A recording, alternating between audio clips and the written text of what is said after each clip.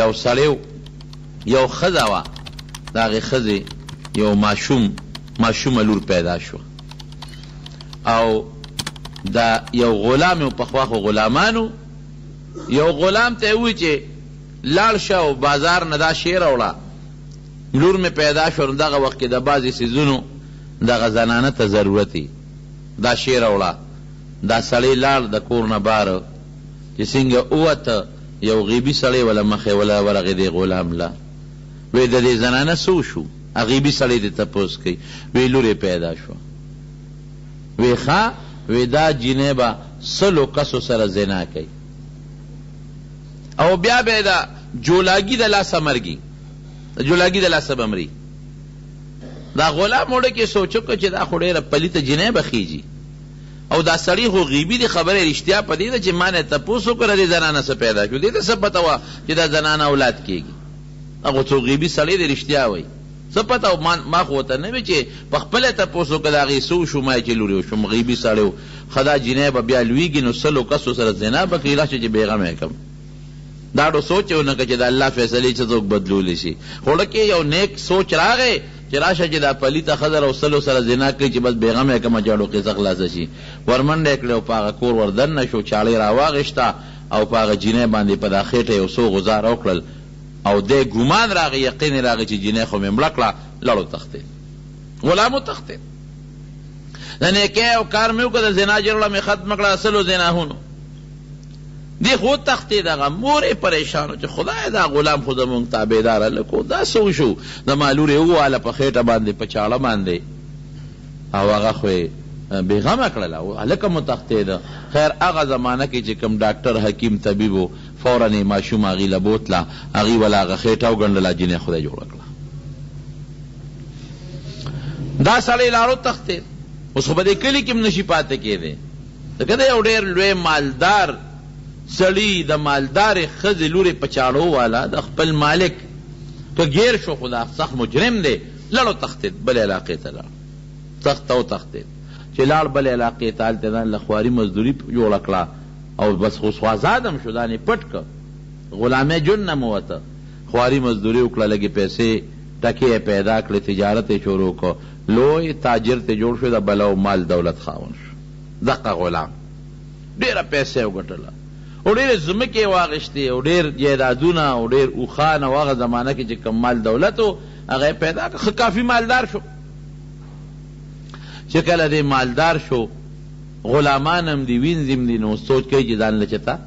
یو جینۍ په نکاح والم. دې کلي ته م راغی، دلته خو دی لوی شوی دی ماشوم، اوس خو یې څوک نه پېژني، میانځ کې بلا کلونه ووتل، څوک یې څه پېژني چې د هغه غلام دی. راغی په دې خپل کلي م چکر ولګاو، معلومات کوي غلامانو ته نوکرانو ته چې یو جینۍ رالو کې، خو چې په مخ د ځمکه د هغې نه خشته ښکلې جینۍ بلني. زه ورسره هغې سره واده کوم، ډېره ښه یو جینۍ وله په نکاح واغېسته. جینۍ په نکاح واغېسته او چې جینۍ څنګه په نکاح واغېسته نو د جینۍ خوښه شوه، د جینۍ خو دی خوښ شو، یو اعلی بنګله وله جوړه کړه. یو ځل یې د هغه جینۍ نه تپوس وکړه، د هغه جینۍ په دې خېټه یو داغ و، داسې یو مخامخ داغ پې لګېدلی. ورته وایي ښځې دا داغ دی په دې خېټه د څه دی؟ یاره وایي دا خو زما یو مور اوس مړه ده. هغې راته یو قصه کړې ده چې کله ته پیدا شوې زمونږ یو غلام و، هغه مو څه کار پسې ولېږه او غلام چې بار ووت را منډه یې کړه، چاړې راوړه نو ته یې په چاړو والې، خېټه یې دله وشټوله. غلام زمونږ وتښتېد، تر ننه پورې پته نه لګي چې څه شو. او مور مې وایي چې بیا مې ستا علاج وکړه، خېټه دې جوړه شوه، لویه شوه. او خو پوه شو چې دا خو هماغه ده چې ما په چاړه والې ده، خو هغه جینۍ ده، دا خو لویه شوې ده. وایي ښه یو تپوس ته نه کوم، رښتیا به راته وی. وی هغه زومه چې په چاړه یې والې، ستا د مور غلام زوم ما والې. او بیا زه وتښتېدم او تجارت مې شروع کوم، مزدوري او نن د وطن امیر یم، زما عمره مالدار څوک نشته او تا سره مې نکاح م وکړه. یو تپوس ته نه کوم، رښتیا به راته وی، ما ولې په چاړو والې؟ ما ته بار یو غیبي سړي ووایي چې د دې ښځې څه پیدا شو، مې چې لورې پیدا شوه. وی ښه دا به 100 سړو سره زنا کوي او مرګ به د جولاګي نه وي. رښتیا راته ووایه چې تا واقعي 100 سړو سره بدعملي کړې ده او که نه یاره وایي سړیه دا خبرې مه کوه خو بس درې ښځې مو ته مې خاوند دی نه نه ما ته به رښتیا وی بس اوس خو مې ښه دی هر څه چې دې کړي زما ښه دی وی ښه نو چې غیبي سړي درته څه ویلي ټکې درته ویلي دي سلو سړو سره ما بدکاري کړې ده او یو ولسم مې ته د نکاح خاوند دی خبره دوسته ده ښه وی بل وی بس اوس هر څه چې شوي دي ښځه مې خو ما ته خو هغه دا ویلو چې ستا به د جولاګي د لاسه مرګي په دې جولاګانو کې دوه قسمې کې تاسو ورته کتلي یو خدای چې دا تارونه مارونه پکې ګیی یو ځان له کور جوړي په دې غاړو کې یو دې کې یو وي او د شاته یو غوټه غوندې و پورې نښتي داسې غوټه غوندې وي جولاګي وي غوټه غوندې وي ویښ کې هغه زهریله جولاګي دی د دغې جولاګي نه به ستا مرګي غونډل ورته غالبا وایي د هغه د لاسه به دې مرګي داسې کار د ښځې یو محل دله جوړوم داسې محل جوړوم چې د جولاګي پلار به هم پکې نه راځي یو ناشنا بلډنګ یې محل یې وله جوړ کړ سوچته محل یې وله جوړ کړ او هغې له داسې دروازې جوړې کړې چې په هغې کې میږې هم نشي ورتلی چې بالکل بند دي جولاګي پلار به را نشي او هغې له نوکران ونیول صرف دې دپاره چې تاسو د دې جالې صفایي کوئ چې دې کې جولاګي را نشي ولې غیبي سړي خبره کړې ده د هغه خبره رښتیا شوې ده هسې نه جولاګي ټک ور نه کړي او دا ښځه مړه نه شي وی چې کور جوړ شو محل جوړ شو نوکران یې په دې مقرر کړل چې تاسو به صفایي کوئ او د دې غاړو مرګو چې دی کې جولاګي را نه شي یو ځل وی دا ښځه خاوند دواړه په هغه خپل کټ کې ناست وو او وی دقسې یو جولاګي په یو غاړه راښکاره شو دا ښځه دې خاوند ته وی سړیه تا ته هغه غیبي سړی دا شی یاد کړی چې زما مرګ به د ده لاسه وی بالکل دی راته یاد کړی ده ته ګوره مرګ ته ګوره ورپاسېده او ټس یې ورکړه جولاګي له هغه په ځمکه را پرېوت او چې را پرېوته نو کیړی په خپو وه چپړه هغې پې د پاسه راښکه چې ودرېږه زور ورکړم چې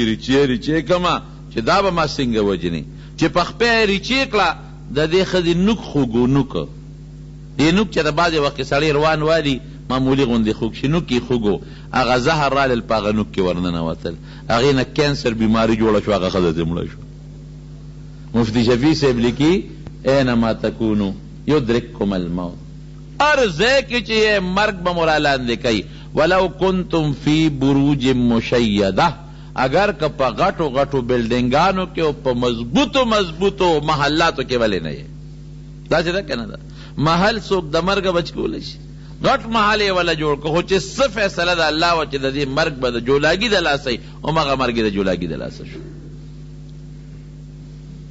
مرګ دا خطرناک شی دی مرګ چې راغی خلاصېدی ته نه شي رسول الله صلی الله علیه وسلم فرمایي وی دوه څیزونه دي چې خلک د هغې نه یریږي یو مرګ دی وی واقعي یریږي خلک که نه څوک یې نه غواړي یو مرګ دی څوک یې نه غواړي خلق ته ځان خلاصوي نه غواړي څوک یې نه خوښوي خو نبي علیه السلام فرمایي چې د فتنې د ژوند نه مرګ غوره دی دویم لږ مال غریبي دا د چا نه ده خوښه هر سړی غریبي نه غواړي مالداري غواړي رسول الله مبارک فرمایي چې د ډېر حرام مال نه چې آخرت کې حساب کتاب ګراني غریبي ښه ده د آخرت حساب کتاب خو اسانه کوي د مارونو مرګ نه خلاصې قطعا نه کیږي نه دې څوک بچ کیدی شي یو ښځه وه د هغې زوی مړ شو نو اوس هم چې چاته تکلیف یې علماو پسې صالحانو پسې ګرځي نو دې ته چا وی چې زما زوی مړ شو دقه یو زوی یو چې دا به څنګه جمدي شي چا وی یاره پلانکي ځای کې یو عالم دی یو نیک سړی دی ته ورشه که څه دم درود دله وکړي دا راله هغه مولانا صاحب له هغه نیک انسان لوی زما زوی مړ دی زه خو ډېره زیاته پریشان یم او که څه دم دی وکړه چې زما را زوی جمدي شي هغه عالم ډېر هوښیار و او ورته وی بلکل زوی به دې جمدي شي خو یو چل وکړه د اوو کورو نه مال اوبه راوړه د اوو کورو نه خو د هغې کورونو نه به راوړې چې هغې کې مړې نه شوې هغه اوبه به دم کم نو په هغې به ستا زوی را جمدي کېږي خو د اوو کورو نه به وراوړې هغه اوو کوره چې هغې کې مړې نه شوې نو بیا به هغه اوبه دموم نو په هغې به ستا زوی جمدې کېږي. دا خو اسان علاج ورېږه اوه کوره نه چې د شلو نه خو به درته را پیدا کړم. خوشحاله شوه یو کور ته ننوته. تاسو کله خو مړی نه دي شوي؟ ولې نه؟ د ما نیکه خو مړو. بل کور کله لاړ. تاسو کله خو مړی نه دي شوي؟ دا بل و زموږ پلار نه و مړ. بل کور کله لاړه. یاره دا لکه چې تاسو کله مړی خو نه دي شوي ولې ماشوم نو سې مې نه و مړ. بل کله لاړه تپوس کی تاسو کله خو مړی نه و شوی. یاره پلار مې هم جم دی نیکه مې هم جم دی نیا مې هم جم دی خو د نیکه پلار هم مړ شوی. بل کور کله لاړه چې وګرځېده او رښتیا خبره ده. تاسو چې نظر په دې تورنګزو کلي خپل واچوئ داسې کور به پیدا کړئ چې مړی پکې نه شي. داسې به څنګه پیدا شي؟ که پلار دې نه دی مړ نیکه به دې مړی نیا به دې مړی. که هغه نی د هغه پلار به مړی د هغه نیا به مړی د هغه ورور به مړی بل به مړی. وګرځېده ښځه پوه شوه ورور یې غم غوس شو چې که د ما زوی مړ دی خو هلته هم زوی مړ دی. که د ما بچی مړ دی خو د هغه سړي ماشوم نه سې مړ دی. که د ما زوی مړ دی خو د هغه هم زوی مړ دی. که د ما زوی مړ دی خو د هغه خوږ پلار مړ دی. چې وګرځېده د مولانا صاحب لراله وی چې ما خو داسې کور پیدا نه کړ چې هغې کې دی مړی نه شوی. او بس پوه شوم ښځه پوه شوه چې ګوره داسې کور چې دی پیدا نه کړ چې هغې کې انسان مړي ته ولې په مرګ خفه کېږي؟ خو د دنیا نظام دی ګرځي کله یو ځای مړ کله بل ځای مړ کله بل ځای مړ کله بل. حضرت سلیمان علیه السلام ملک الموت ورله راغی. ملک الموت سلیمان علیه السلام دې تپوس کوي وی چې ته دا دې ټولو خلکو نه ساګانې څنګه وباسې ټولو خلکو نه ساګانې څنګه وباسې. سلیمان علیه السلام ورته وایي یو ځای نه م راکاږي بل ځای نه بل ځای نه بل عجیبه جواب ورکوي. وی سلیمان علیه السلام وی تا سره چې یو کاسه پرته وي او د انار دانې پکې پرتې وي یو کاسه ده د انار دانې پکې پرتې وي تا نه یو دانه پټېدی شي په دې کې؟ وی نه. وی ګوره چې خوښه دي د خپلې مخې نه دانه رالې هم راغېشتی شي. که د هغه بلې غاړې نه رالې هم راغېشتی شي. که د میان نه رالې هم راغېشتی شي. که د غاړې نه رالې ستا خوښه ده چې کوم ځای نه دانه راخلې نو تا ته حاضره پرته په لاس کې درته ښکاري. وی دقسې چې تا ته په کاسه کې د انارو دانې مخامخ پرتې دي او ته ترې کومه رالې راغېشتی شي د دې ټولې دنیا دا روحونه ما ته دقسې مخامخ کاسه کې پرته دي. ما ته چې الله حکم وکړي چې هغه ځای نه روح راواله داسې ده لکه ته چې د انار دانه د یو ګوټ نه راوچتې. تا ته مشکل شته؟ نشته. داسې ما ته مشکل نشته. ما ته حکم وکړي لاړ شه شابه او هغه عراق کې افغانستان کې کشمیر کې پاکستان کې فلان کې ګوټ نه سا راواله نو ته چې د انار د هغه پلیټ نه دانه رالې څوک درته وي هغه ګوټ نه واله هغې نه واله هغې څه مشکل درته شته؟ وی نشته. دغسې ما ته مشکل نشته.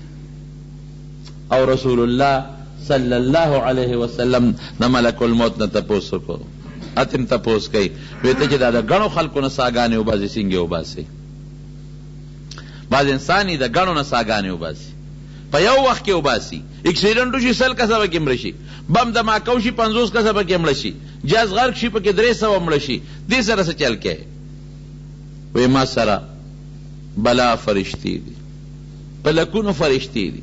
زه په خپله ساګانې نه وباسم چا نه په خپله وباسم چا پسې یوه فرشته لیږم چا پسې بله لیږم چا پسې بله لیږم چا پسې بله لیږم. دا خو یو نظام دی زما. لیکن الله مال خپله دومره طاقت را کړی دی که زه په اووم اسمان کې کینم او دا خپلې 2 ګوتې د دې ټول ځمکې اسمانونو ځمکې لاندې پورته چې جاندار مخلوق دی سا والا دا 2 ګوتې ورته مخامخ کم د دې ټول نه په 1 سیکنډ کې په دې 2 ګوتو سا راښکې شم. نو طاقت الله را کړی. فرشته هم هغه فرشته مقرر کړې ده اخلاصي ته نشته.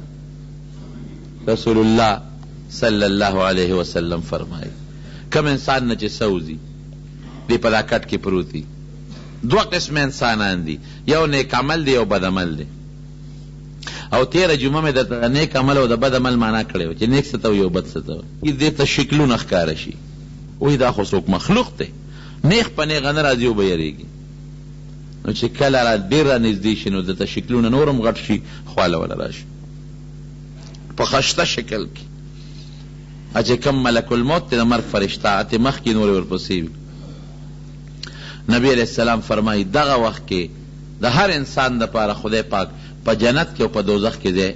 مقرر کړی دی. مونږ له هم شته او کافرو له هم شته. زمونږ هم په دوزخ کې هم ځای شته او په جنت کې هم شته او د دې کافرو هم په دوزخ کې هم شته او په جنت کې هم شته. نو چې کم سړی مسلمان یو جنت ته لاړ شي د هغه د دوزخ ځای الله بل کافر له ورکي، او چې کم سړی کافر شي دوزخ ته لاړ شي د هغه د جنت چې کم ځای دی چې جنت کې الله مقرر کړی هغه ولا الله بل مسلمان له ورکي دی ته محرومه کړي. نو چې ځان کدن دی د نیک سړي نو دته الله دوزخ وښیي، به دا ځان کدن کې ورته وښیي، فرشتې ورته مه یېرېږه دقه دوزخو دا ستاره دوزخ ځای و، خو تا نیک عمل وکړو نو دا ځای په تا الله حرام کړ، دې له به نه ځې. نو بیا ورته له جنت هغه ځای وښیي، وایي دقې له ور روانې دې په دا ځنکدن کې د جنت محلات او د جنت خوشحالۍ او د جنت حورې دا وویني. نو چې سړی دا په ځنکدن کې وویني چې د دوزخ ته دغه غم خلاص شومه د هغه اور نه په سترګو وویني او د جنت دغې محل له ور روان یم څه مو خیال دی؟ دی به په تلوارۍ کې به نی، دی بیا په دنیا څه کوي؟ لا خوف علیهم ولا هم یحزنون. قرآن شریف کې الله فرمایي د نیکانو په حق کې چې دی باندې یره بني ولې جنت یې ولیده، دوزخ یې ولید چې دا استانه ختم دغه جنت له به ځې، ولا هم یحزنون هلکه زما بچي دي دې پسې خلک خپوي، زما مال دی جیداد دی دکان دی پیسره دولت دی دې پسې خلک خپوي، لا هم یحزنون دی به په دنیا کې چې کوم خواږه څیزونه پاتې شو هغې پسې غمجن به نه شي. نو چې دا جنت او دوزخ دواړه وویني ورته ووایي چې دغه دوزخ در باندې حرام او دغه جنت له به ځې دی خوشحالي چې خدای دا ساره نظر وباسه. یا ایتها النفس المطمئنه ارجعی الى ربک راضیة مرضیة فادخلی فی عبادی وادخلی جنتی. اے نفسا ته به د الله نه خوشحاله الله وستا نه خوشحاله خوش مطمئن به اطمینان کې به راځه کنه الله له دې بوزمه. ارجعی الى ربک چې یو نفس ته دا وایي چې خپل خدای ته را روان شه رب ته را روان شه دې به خوشحاله کې به نه خوشحاله راضیة مرضیه ته به هم خوشحاله الله به هم درنه خوشحاله او دا هغه نیکان بندگان دي جنت هغې کې دننه شه او جنت ته داخل شه دی به دومره خوشحالی پرواز به کوي چې زو څنګه دی جنت ته ور داخل شم اله زر سو باسه. حضور پاک مبارک فرمایي داسې به ته سو باسي لکه یو مشک چې د اوبو ډکې او د هغې نه یو ساعت کې وځي نو دا مشک خو پې نه دردېږي او نه پې خوږېږي دقه بسې د اعصاب به تې وځي هېڅ تکلیف په وته دی او چې دا ساعت یې څنګه وباسي نو نورو فرشتو له به یې ورکي د ملک الموت ډیوټي ختم نورو فرشتو د جنت نه کفن راوړي ته خو دې وجود له دلته کفن ورکې او نورو فرشتو د جنت نه کفن راوړی دی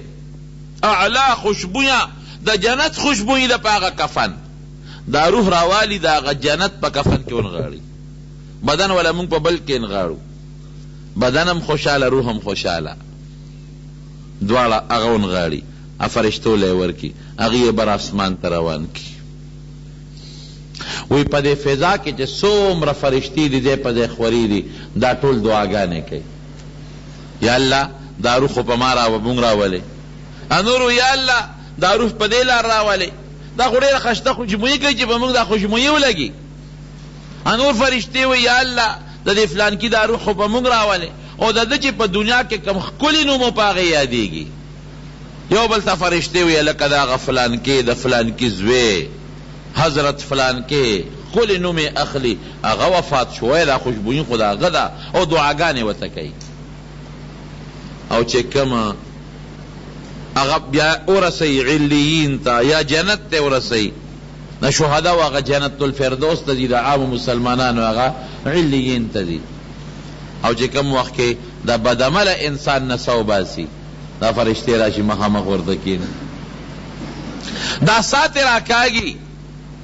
او څنګه تیرا کاږي حضرت عمر فاروق رضی الله عنه د کعب احبار نه تپوس وکړه یو ډېر لوی عالم وی کعب وی د کافر نه او د فاسق نه چې سو باسي دا څنګه وباسي وی داسې مثال دی لکه د ازغو ډکه اونه چې د انسان په وجود کې ګیری او د دغې د ازغي او غنې د انسان په دې رګونو کې خوري وي او دا اونه ترې راکاږي د دې رګونو نه د روح سره قطرې روځي قطرې دا سا چې راوباسي د سا سره د رګونو د غوښې او د وینې او قطرې روځي او بل مثال دا سے ورکی وی لکا سسپار چی پا اور کی سرشی او پا لمدو مالوچو کے دے اور آکاگے مالوچ پا لامدین و سودی لمبا بنکی او لوخڑے و باسی دق رنگی دا سا پا دی وجود کی راخکی چی دا وجود لوخڑے کئی اللہ دی مساتی یا اللہ تا منگو ساتی خدای دا دی جمعه دا منزه دا برکت نا و دا دی مسلمانه دا برکت نا دا غیظاب نم خدای اوساتی خطرناک خبره او دتم دوال زینو خی وی آغا جنت استا خطا با دا ملیوک رس پیرا اللہ دی خپکو آغا دوزخ تبوزی دوالا وطاو خی چغی و باسی او پا زور تیرا سارا کاگی چه ساتے و باسی دا دو یو سخا کفنی ولا روڑی بدبویا آغا کفن کے فرشتے بندی کی چه کفن کے بند کی بدبوئی تیزی نو پا دے فضا کے دا فرشتے یاری دا سوک مرد سخا بین تیزی وی دا غفلان کے دا فلان کی دوی چه پا دنیا کے ردکم سخانو مو پاگے یادائی خیرے و تا کئی خدایت تبا کے خدای غرق کا خیرے و تا فرشتے کئی خوارش کتابہ دا ملی نو کڑے نو نن با منگستا دا برکتنا دا سخا بین نراتا بر اسمان تا روان کی روان کی روان کی دا اسمان دروازے تے ورسی قرآن شریف کے اللہ فرمائی لا تفتح لهم ان الذين كفروا سنگرے لا تفتح لهم ابواب السماء ولا يدخلون الجنة حتى يلج الجمل في سم الخياط اسمان دروازه بو تک ولو نشي دا غدنه رو غردی لاندې سجین دغه ته ورسیږي یو ظالم بادشاہ دا غنه سا ملک الموت ولا راغی او دا په بنی اسرائیلو کې تیر شوی دی او دومره ظالم بادشاہ چې ډیر ظلمونه به کول ملک الموت راغی او نیغه د کټ خوا کې ودرېد دیو تاسو غوڅه شو ته څنګه رااله بی اجازه ته څنګه رااله او دما دومره نوکرانو نه څنګه تراله ملک الموت ورته وی در دې کور د مالک په اجازه راغلی دې کو اخو انسان په شکل دغه نه پیژن دا ویګنی غل در دې کور د مالک په اجازه راغلی مخا کاکا داستانره دا کور او زه هغه ته یې سوکا وی زه هغه قسم چې نه مې تمنې کولې شو نه مې تاسو ګداران ملي کولې او دا هغه قسم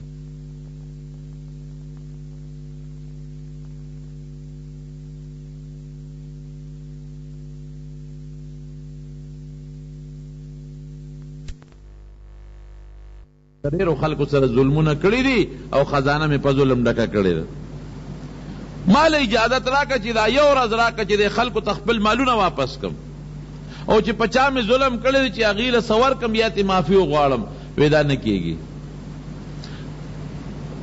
ملک الموت ورته وی ښه که دا ټول ارس دا جیداد او ځمکې او بادشاهي راکې په دې کې وی دا ارس والا دا ارس ستا خو ماله یو ورځ جون راکوي نه کېږي یو ګنټه خو راوي ګنټه هم نه کېږي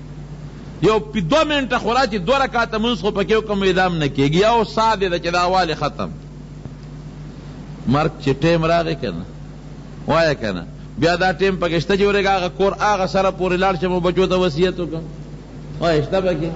نشته بیا پکې دا شته ورېږه د پلنکي را باندې قرض دی مال دی دولت دی را سره پردی حق نه والی دی چې دا واپس کم نه یې سب نشته خیر و خلاص حضرت ابراہیم علیہ السلام اللہ نے یو سوال کړو وی پروردگارا د مرګ د اختیار مال راک چې زه کله غواړم چې ساره نه وځي او چې ونه غواړم چې ساره نه ونه ځي وی خدر مې کزه مطلب دا و چې یاره زما خو مرګ نه دی خو نو بس ډېر ټول عمر به جان دی 200 کالو ته چې عمر ورسېد 200 کالو ته یو سړی راغی میلمه شو ابراہیم علیہ السلام ډیر مہمان نواز چې مہمان نواز دی او دی میلمه شد واحد پیغمبران ټول سخیان دي په ابراہیم علیہ السلام هغه پیغمبر چې بغیر د میلمه نه ډوډۍ نه خوړل لازما به د میلمه سره ډوډۍ خوړه یو ځل هیڅوک پیدا نه کړل غلام ته وایي ثمرګري ته ورشه څوک پیدا کړه چې ډوډۍ وخورم لوګي دې مړ کړم وی سیب سوک پا لارم نخکاری وی لار شل بلی لار تلار شل یو کس راولا چی ڈوڑای و سر اخرم مزخو بغیر ملمه نخورم ڈوڑای یو بوڑا غنده کافره ولا پیدا کا وی صاحب یو سړی خو په دې لاره روان دی او کافر دی وی دی راوله خو چې د ډوډۍ ورسره وخورم نن سبا خو مونږه چې میلمه ووینو نو غټ څادر په سر لږ خور کو داسې ده که نه څادر پټ کو سر پکې پټ کو چې نه په دا میلمه ځان ناغرضه کو چې دا بس د میلمه به دا خیال چې دی ونه لیدم نن سبا خو زمونږ دا سوچ دی دا هم سوچ نشته چې دا ډوډۍ مال او د میلمه له څوک راکوي الله راکوي نو بوډۍ راوسته چې ډوډۍ کېښوده نو ابراهیم علیه السلام هغه بوډا ته وایي لاسونه یې رپي اوس بوډا دی ورته وایي د خدای په نوم شروع کوه د خدای په نوم شروع کا بوډا ورته وایي د چا په نوم وایي د خدای وایي خدای څوک دی نو خدای نه پېژنم نو ما په کور کې ما ځان یو خدای جوړ کړی دی یو بوته د هغه په نوم به شروع کوم ابراهیم علیه السلام ورته غصه شوې ښه زما د رب په نوم ته ډوډۍ نه خورې زما خدای نه مني چې چاته پیدا کړي پاسه خبیث بچی ګنې اوس یو څو دی وامه وځه خوار شي تا به ډوډۍ خورم زما خدای نه مني زما رب نه مني په سړی بوډۍ په مخه کړه رب العالمین ورته وحی وکړه ای ابراهیم دا دې څه وکړه وی خدایا ما ورته وی چې ستا د خدای نوم واله هغه ستا نوم نه اخېست د بت نوم یې اخېسته ما له پې غصه راله وی ګوره ما سره شرک کوي شرک ما نه مني او ما سره شریک مني او دا بوډا د سلو نه وړېدلی دی او ما پې ډوډۍ بنده نه کړه زه ورکوم زما دشمن دی ما ته کنځل کوي چې خدای شریک ګڼي دا خدای سره کنځل دی او مال یې نه غواړي زما مال د دغه بوت نه غواړي او ما ټول عمر ډوډۍ ورکړه نن ستا میلمه شو یو نوړی ډوډۍ نو هغه دې پې بنده کړه هله وایي شابه هغه نوکر ته وي دا بوډار دی چې را پیدا کا بوډۍ راوس ډوډۍ ته کېنه وایي تا خو وختي دو شړلم وایي ما ته خپل رب ملامته کړم خپل پروردګار د چا د نوم د وجې نه چې ته ما وشړلې هغه ذات تا چې کوم ذات سره شرک کې هغه ذات ملامته کړم چې بد دې وکړل زه ډوډۍ ورکوم ته نه ورکې ما سره شرک کوي زه ورکوم نن تا سره پوټی کېناسته او ته نه ورکې نو بس زه معافي غواړم شابه ډوډۍ خوره وایي ښه واقعي داسې ده وی او وی ما ته کلمه وخوا چې زه مسلمان شم بوډا خدای مسلمان ابراهیم علیه السلام باندې ایمان راوړ شرک نه توبه کړه نو خبره مې دې پورې کوله چې حضرت ابراهیم علیه السلام مهمان نواز نو یو بوډا ولا راغی او د خدای نه سوال کړی چې خدایا زما مرګ لږ زما په اختیار کې کا چې زه وغواړم نو چې زما نه ساه لاړه شي چې نه غواړم چې د جم دی ډېره ښه ما خو تاسو تېره جمعه د ابراهیم علیه السلام د قربانو ذکر کړی و که نه څومره قربانۍ کړي دي نو رب العالمین د داسې انسان سره خپله ښېګړه کوي خو الله خپلې فیصلې په طریقه چلی د الله بر علم بل چا سره نشته بوډا چې کېناسته ورسره ډوډۍ ته نو بوډا داسې حد ته رسېدلی دی چې لاسونه یې رپي او سر یې مرپي دا بعض انساني هغه بیماري غریبه سر یې مرپي او لاسونه یې مرپي او خوله یې مرپي چې نوړی دی بوډا اوچته کړه او خولې ته یې کړه نو هغه ترکاري او هغه نوړی ته په دا ږیره راوبېدله ټوله ږیره او جامې د لمدې شوې د ترکارۍ نه او نوړی ته په ځمکه پرېوته ابراهیم علیه السلام پہ رحم راغی چې خدای دا څنګه جم دی دی د ده دا ژوند بله نوړی راواغېسته د غریبه لاس یې رپېدام ته پرېوته بله یې راوچته کړه چې بله یې راوچته کړه په خواره یې خولې ته ورسوله نیمه ترې لاندې لاړه او نیمه په خوله کې ګډه وډه شو ږیره او جامې ټولې رنګ شوې په ترکارۍ او په ډوډۍ حضرت ابراهیم علیه السلام دې بوډا نه تپوس وکړه بابا د څو کال وي وایي د 200 کال د ابراهیم علیه السلام د عمر برابر عمر یې ورته یاد کړ وایي د 200 کال ابراهیم علیه السلام وایي خدایا داسې عمر ته خو مې مه رسوې دې عمر نه مې الله وساتې دا عمر دا ژوند خدای دې نه خو مې وساتې بس هغه سړی ورته برابر شو ملک الموت په دغه شکل کې راغلی ملک الموت د مرګ فرشته په دغه شکل راغلی ورته برابر شو ابراهیم علیه السلام بس ساده نه وباسم وی ما ته خو الله مشوره ویلو چې که ژوند دې خوښ وي نو نه وباسم که مرګ وی اوس دې سوال ونه کړه چې دې ژوند ته مې خدای مه رسوې اوس دې وی په دا ټکي دې ووایي خپله تا ځان له مرګ خوښ په دغه ټکي دې ووایي ټیم دې پوره دی چې خبر اغلا ده چې ځکه الله تعالی اختیار درکړو تا په خپلو چې خدای دې عمر ته یې ومه رسوې نو یو سیکنډ پکې پاتې دی په دغه عمر کې لكل أمة أجل إذا جاء أجلهم لا یستأخرون ساعتا ولا یستقدمون، چې کله هغه نیټه راله نه یو ساعت سیکنډ مخکې والی شته او نه یو سیکنډ وروسته والی شته. یو سړی د دارو دکان ته لاړ، دارو یې اخېستل. چې دکان ته دارو لاړو نو هلته دارو اخلي، هغه دکاندار ته وایي چې د دې څومره ټایم دی د دارو، یو دې بوتل هغه بعضې وخت کې ګرنټي ورته مونږ وایو، د دې به څونه ګرنټي وي. دکاندار ورته وایي ستا ګرنټي شته چې در دې بوتل ګرنټي غواړې؟ وی آو بلکل زما ګرنټي شته، زه ځوان زلمی یم، ډوډۍ خورم، پیسه شته، دولت شته، خپې شته، روغ صحت شته، زما ډېره لویه ګرنټي ده او یا 100 کاله ژوند مې دی. خو چې دا ټکې ووی د هغه دکاندار په هغه فرش د پاسه را پرېوته او ساعت یې وخته. ګرنټي د ژوند چا سره هم نشته. قرآن شریف کې نبی کریم صلی اللہ علیہ وسلم کار مقرر کی التا ورسیگی نو التا دے سو باسی، جعل له الیہا حاجتا، التا و تاجت مقرر کی لالچی او چی التا کی زی مرگ مقرر دے التا دے سو باسی. نبی علیہ السلام فرمائی چی بنی اسرائیلو کے کسان را جمع شو، یروی رازے اللہ تا وجعلو سوالو کو دے مقبری تزو، یو ملی دے که را جمع شو او مونږ ته لږ تپوس وکړو د ځان کدن او د مرګ. واقعي که سړی ډېر لوی سفر هم وکړي که نه نو ستا رابطه ورسره وي. که سعودي ته لاړ شي، انګلینډ ته لاړ شي، نو په ټیلیفون خو دې تپوس کولی شي که نه، داسې ده که نه. لکه سال د امریکا څنګه ده، سفر دې څنګه و، جس کې لاړې، بس کې لاړې، څنګه تکلیف وکړو نو. لیکن د مرګ په سفر چې څوک ورغی د دې په ټیلیفون معلومات کولی شي، نه درته په انټرنیټ الویلی شي او نه درته بل موبایل کې هغه شی سره هغه خلکو ته جلیږي میسج هم درته نشي کولی چې یاره د مرګ سفر څنګه و، ځان کدن مې څنګه و. نو وایي چې یاره مونږ له غوندې یو مړی که جمع دی شو چې مونږ دې تپوس وکړو، نو دوی چغې ووالې الله ته نیکانو، خپل عملونه الله ته پیش کړل چې یا الله یو زوړ غوندې مړی مونږ ته را جمع دی که چې مونږ ته ځان کدن او د مرګ متعلق معلومات ول. وی اللہ دا دوی دا دعا قبول اکلاو، یو جلق وشو، یو قبر اوشتے دو، یو مڑی تبار روتا. دوی تیو کتل اغم حیران شو، دوی تا پوسو که کل مڑی چه معلومات رو کل 100 کالا دا آغا دا مرگ شو،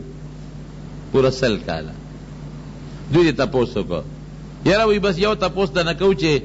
تسنگ سڑے زخوی خیمہ الحمدللہ نیک سڑے ما. وی دا تا پوس دا نکو چه مرگ سنگاو دا دے مرگ ال راتا وایا. وی 100 کالا مخ کے رانا سوتے دا 100 کالا مخ کے او اوسا پوری 100 کالو چو چی دا ما پخلو کی دا زن کدن غطری خوالے پروت تے 100 کالو شو چی دا ما پخلو کی زن کدن تری خوالے پروت تے. وی دام را سر سو ظلمو کو چی تساسو پا دوارا جم دیکھ لما اوز با بیا زن کدن نابانی تیری گی. اس خدعتو گو رے ستاسو دعا قبلیگی نو مال دا اللہ نا سوالو کہ چی مانا 10 سال لو بازی چی زن قدن را باندے را نشی. مرگ چی نبی علیہ السلام فرمائی دا حضور پاک مبارک حدیث تے چی پہ انسان مرگ راضی کنا. مرگ تے سویلی دی حازم اللذات، اکثرو ذکر حازم اللذات الموت. نبی علیہ السلام فرمائی دا مرگ ذکر دیر زیادو کے، بار بار دا مرگ ذکرو کے. مرگ سشے دے حازم اللذات، دا انسان دا دنیا دا خون دا لذتون ختم کی دڑے وڑی کی. پا مالدار چراغی دا مالدارے لذتون خوندونے والا دڑے وڑی کرد. پا غریب چراغی پا ارچا چراغی دا دنیا خون ختم، لذت ختم. دا وجود دے تاقا چکم دا مرگ خلق وی لکا جنازے ٹیمو لکے دا سو کوئی سباب خلقنا وجود خرابی گی پیسا تلی سو اغا عزت من پلار بیا سو پخپل کور کے نشی ساتلی خوان ختم شو کنش. اغا مال لال پاتے شو، اغا بچی پاتے شو، اغا کارخانہ پاتے شو، اغا فیکٹری پاتے شو، ازمکا جیداد نوکران اجرا ارس پاتے شو. نو مرگ خامخا یو حقیقت تے انکار تے نشے کوئی. حضرت ابو ہریرہ رضی اللہ عنہ د نبی علیہ السلام څومره نږدې صحابي دی، څونه خدمت یې کړی دی، کور او بارې خدمت کړی دی نبی علیہ السلام، په وطن کې او په سفر کې، او په لوږه او په نار او په تنده نه دی د نبی علیہ السلام مبارک خدمت یې کړی دی. دا نه چې ګنې ډوډۍ به وي نه خدمت به کوم او جنې نه به کوم. او د حضور پاک د احادیثو دونه خدمت کړی دی، 15,000 او 340 احادیث ته دنه د پیغمبر علیہ السلام نقل دی، شیخ الحدیثو، او د حضور پاک نزدې ملګری دی. چې کوم وخت کې مري نو دا صحابو ته ګیر چاپېره ناست دي نو دی جاړي. او صحابو کې وجیب عادت و چې کوم صحابي به وفات کېده نه دی به ورته وی چې زمونږ به په پیغمبر علیه السلام ګورې سلام وی، یو م ورته وی زما په نبي علیه السلام سلام وی، بله م ورته وی زما په نبي علیه السلام سلام وی، دی جاړي. چا ورته ابو هریره ولې جاړي؟ تا خو د پیغمبر علیه السلام خدمت کړی ده، هغه نوکري غلامي دې کړې ده او نیک اعمال دې کړي دي، دومره نیکو چې د یو دیو یوې ښځه و یوې غلامو. نو شپې 3 ځایه کړې وه، یو شپه به زه عبادت کوم 3 میسه، 3 میسه مې دا ښځه کوي، 3 میسه مې دا غلام کوي. مطلب دا چې زمونږ په کور کې په شپه کې داسې ټیم را نشي چې په هغې کې زمونږ په کور کې د الله عبادت ونشي، هر سیکنډ کې چې زما په کور کې د الله عبادت کېږي. وی ولې جاړې؟ وی ته خو به اوس د نبی کریم صلی الله علیه وسلم سره د دوست سره ملاویږي. او ورته څه وایي؟ وی د مرګ دا سفر ډېر اوږد دی.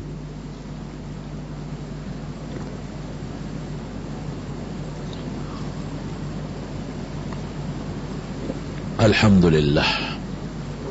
وی د مرګ دا سفر ډېر زیات اوږد دی او واقعي اوږد دی. که سړی انګلینډ ته ځي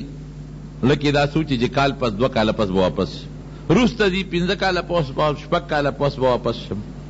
د دنیا افریقي ممالکو ته ځي او په ډېر لوی زه پی ایچ ډي به وکړم او هلته به زه امفیل وکړم او دا به وکړم او دا به وکړم. 15 کاله مې یو کورس شو، 15 کاله بل شو، 10 کاله، خو بیا خو به راځي که نه. لیکن د مرګ په سفر چې څوک ورغې واپس راتلل شته نشته. وایي د مرګ دا سفر ډېر زیات لرې دی او سامان کم دی ځکه جاړم. نو حضرت ابو هریره رضی الله عنه چې خپل سامان ته کم وي، مونږ به څه کوو؟ د مارونو مرګ نه خلاصې نشته تر دې حده پورې چې دا مرګ ته خپل هم نه خلاصېږي. مرګ نه دی، نه مرګ نه خلاصېږي.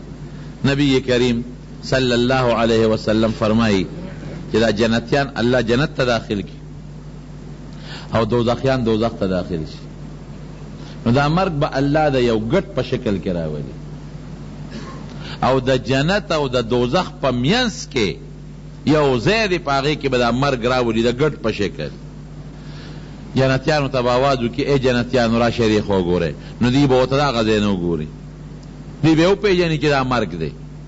په نښه به وپېژني. جهنمیانو ته به دې ته وګورئ، هغې نه ورته تپوس کړي څه شی دی؟ دا مرګ دی. نو حضرت یحیی علیه السلام له به الله چاړه په لاس کې ورکړي، نه به حلال کړي. ګوره مرګ هم ختم شو، حلال به شي. نو چې حلال یې کړي نو جنت خلود لا موت. ای جنتیانو بس اوس همیشه ژوند مرګ نشته. جهنمیانو ته وی ای جهنمیانو همیشه ژوند په جهنم کې مرګ نشته. نبی علیہ السلام مبارک فرمایي وی که د خوشحالۍ نه څوک مړه کېدی، بعضې وخت خوشحالۍ نه دا زړه روچت شي، اټیک راشي. که د خوشحالۍ نه یو سړی مړه کېدی نو جنتیان به د خوشحالۍ نه مړه شوي. او که د غم د لاسه څوک مړه کېدلی نو جهنمیان به د غم د لاسه مړه شي. ځکه چې هغوی په دې تمه سړی چې زه مړ به شم، چې سړی په تکلیف کې مبتلا شوي زه مړ به شم، خلاص به شم. نو هر څیز له فنا شته، ختمېدو والا دی. تر دې حده پورې چې کوم مرګ دی، مرګ هغه هم فنا شته، هم خدای پاک ختم کړي. زمارونو رب العالمین قرآن شریف کې فرمایي کل نفس ذائقة الموت، هر نفس به د مرګ سکه کوي. وانما تجزون اجورکم یوم القیامه، د قیامت پر ورځ به د دنیا د اعمالو تاسو له ښه یا بد سزا او جزا میلاویږي. فمن زحزح عن النار وادخل الجنة فقد فاز، څوک چې د دوزخ نه لرې شو جنت ته داخل شو دا کامیاب شو. وما الحیات الدنیا الا متاع الغرور، د دنیا سامان دارا دوکے سامان نظام پہ مدوکہ کرے ہمیشہ جن نہ ہمیشہ جن دے پس مستقل بل را روان دے رب بل بل جمعہ کی باقی ہوئے دا یو سڑی ہوئی دی تپوس کی چی سوک پا ایڈوانس کی طلاق زانتا واچے وی دا طلاق کی گئے کنا زانتا طلاق واچے زان لگو سوک طلاق نہ ورگئی خدی را ورگئی او ایڈوانس سمانا